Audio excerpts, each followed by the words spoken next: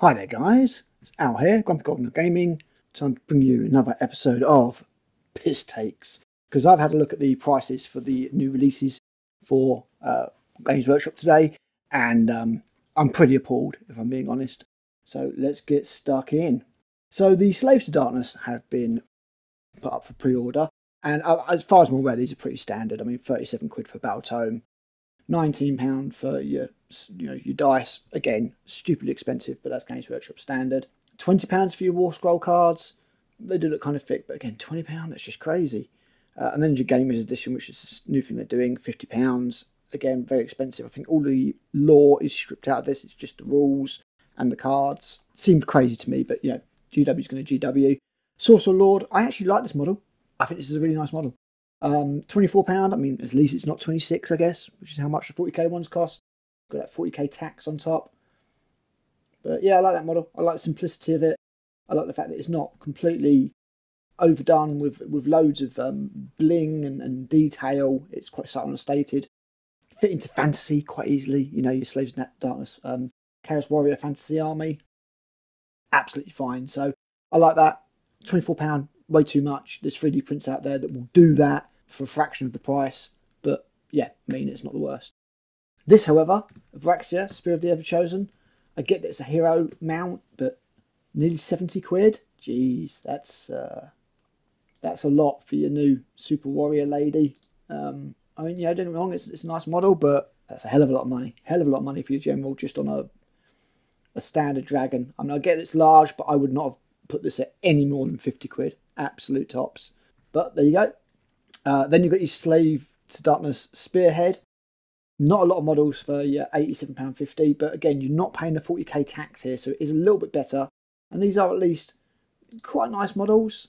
They are very Age of Sigmar-y. They are very... I mean, this guy doesn't look great, honestly. Again, you could probably find 3D prints that are comparable or better. They are very... Oh, what the hell is going on there? They are very Age of Sigmar-y. They're very caddy. They're very modern GW. You know, the paint job doesn't help them. The heavy metal put on it. But, it is what it is, I guess. And then with Battle Forces, mostly still available, especially all the Age of Sigmar ones, because just guess what, guys? Age of Sigmar just isn't as popular as 40k. Don't know how many times I need to tell you this, GW. It's never going to be. So they may well be stuck with these. There's your Nurgle one. There's your Jawbreakers one, or Iron Jaws one. Flesh Eater Courts. Age of Sigmar, Citizens of Sigmar, your Necrons, and your Sisters of Battle. All still totally available. And that's because you've put them up again, 150 quid. I think they're 130 last year. You've bumped the price up by nearly 20%. You haven't given people any extra stuff. And at £150, you look at that and you're just like, that's not good. People just aren't going to pay it.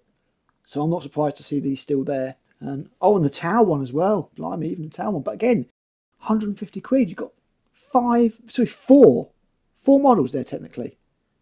It's not a good look, GW. It's just not a good look. This was actually quite pleasantly surprised by. I thought it would be more. £26. It's a bit goofy for 40k in my opinion. But, yeah, it's quite nice. Books, don't care about books, apart from the new Dan Adlet one. These are the ones where I really wanted to get stuck in.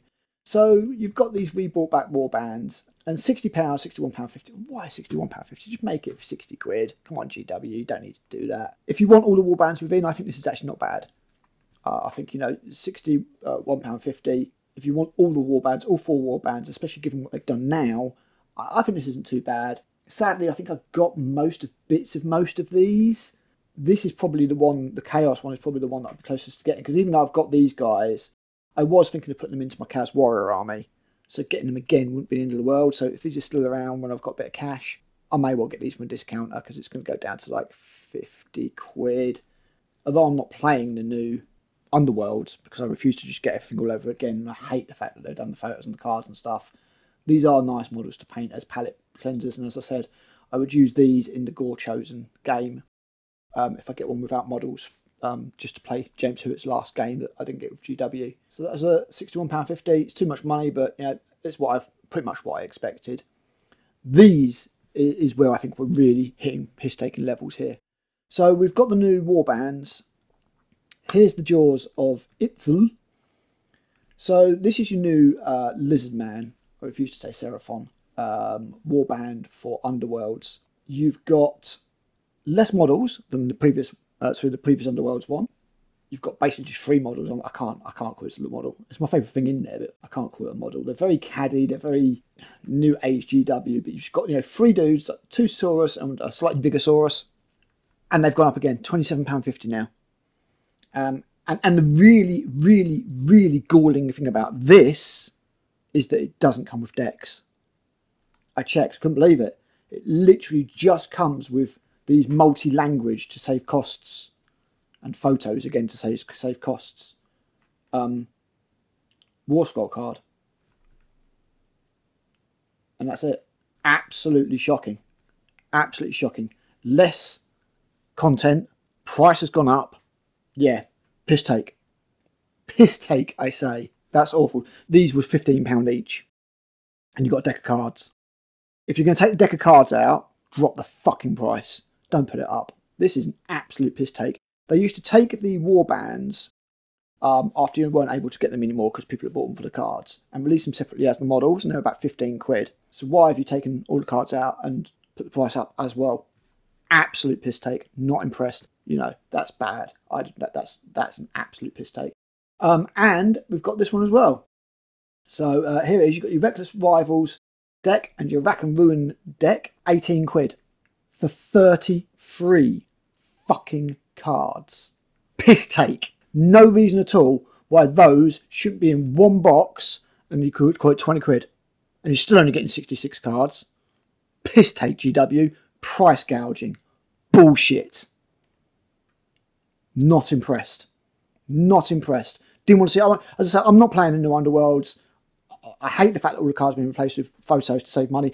All you've done with Underworlds is you've done cost-cutting exercises and you're charging more. Absolute piss take. Right, that's the video. Let me know what you think, guys. I hate that this is a grumpy one.